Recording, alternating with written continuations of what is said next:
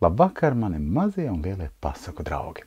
Šovakar es turpināšu lasīt pasaku CSDD un Rīgas motoru muzeja konkursa pasakas tiem, kuri dodās ceļā, autoru darbus, uzvarējušās pasakas. Un šovakar es lasīšu Mārupes novada Skultes sākuma skolas 5. klases pasaku. Reiz kādā Mārupes novada Skultes ciema privātmājā pagrabā dzīvoja 2 pelēni. Māsu sauca par Drupačiņu, bet brāli par Sieriņu. Pagraba saimnieki bija ļoti kārtīgi cilvēki. Nekas nekur nemētājās, viss kastēs, burkās, spodos, grūzos un plauktos salikts un sasaiņots. Kā lai pelēni mielojas? Dzīve pagrabā pelēniem bija garlaicīga, jo garlaicīga. Visas dienas pagāja lēni un vienmuļi. Kādu dienu, kad galīgi nebija ko darīt, Drupačiņai radās spoža ideja – doties uz pilsētu. Varbūt tur dzīve rit interesantāk. Sieriņam 2 reizes nekas nebija jāsaka. 1 un 2 abi pelēni bija gatavi braucienam. 43. autobusā neviena nemanīti pelēni iespruka pa pakaļajām durvīm un palīda zem sēdekļa. Autobusā nebija daudz pasažieru, tāpēc Sieriņš kļuva pārdrošs. Viņš lēkāja pa sēdekļiem un karājās rokturos, vingroja pa stangām. To pamanīja autobusa šoferis un palaidnim stingrā balsī teica: "Manā autobusā nekārtības nav pieļaujamas. Tūlīt apsēdies." Pēc 40 minūtēm autobus piestāja Rīgas stacijas laukumā. Nu tik ātri uz 18. autobusu.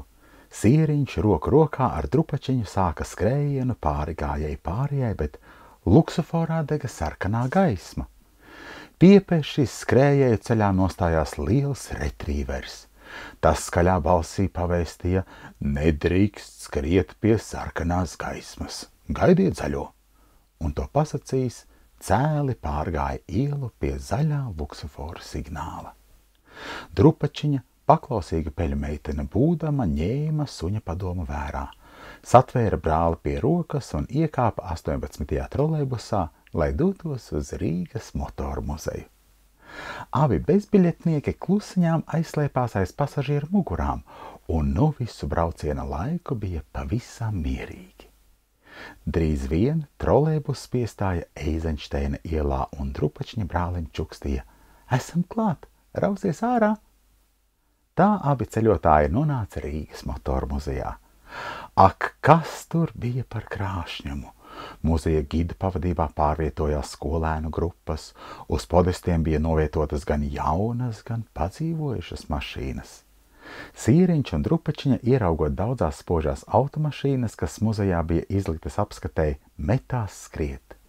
Sieriņš kāpelēja pat pa mašīnu jumtiem un slidinājās pa to motoru pārsagiem. Drupačiņa izvēlējās ložņāt pa saloniem un izmēģināt sēdekļu ērtības. Tā skrienot, lecot un daudzoties, pelēni sajūta briesmīgu izsalkumu. Meklējot kaut ko ēdamu, viņi nonāca gida Mārtiņa kabinetā. Telpa bija tukša, bet uz galda pusdienu kārpiņā brīnišķīgi smaržoja siermaizītes. Izsalkušie pelēni metās klāt karaliskiem cienestam, un drīz vien viss bija notiesāts. "Kas te notiek? Kas apēdis manas pusdienas?" iesaucās gids Mārtiņš un, paķēris kaktā nolikto apkopējas birsti, sāka trenkāt paēdušos pelēnus. Sieriņš un Drupačiņa ņēma kājas pār pleciem un bēga. Aiz zelsušies tie iespruka muzeja eksponātā glītā mašīnītē, kurā pusdienlaiku gulēja muzeja kaķis Pipars. Neticēsiet, bet pelēni uzskrēja guļošajam mincim, kas no miega iztraucēts, lika lietā savu mednieku instinktu un caps! Savos asajos nagos saķēra mazo pelēnu Sieriņu un ieslodzīja mašīnā. Pipars devās savās dienas gaitās, bet Drupačiņa pa izpūtēju cauruli ielīda brāļa cietumā. Abi pelēni iedarbināja mašīnu, pacēlās gaisā un pa ventilācijas lūku izlidoja ārā no muzeja.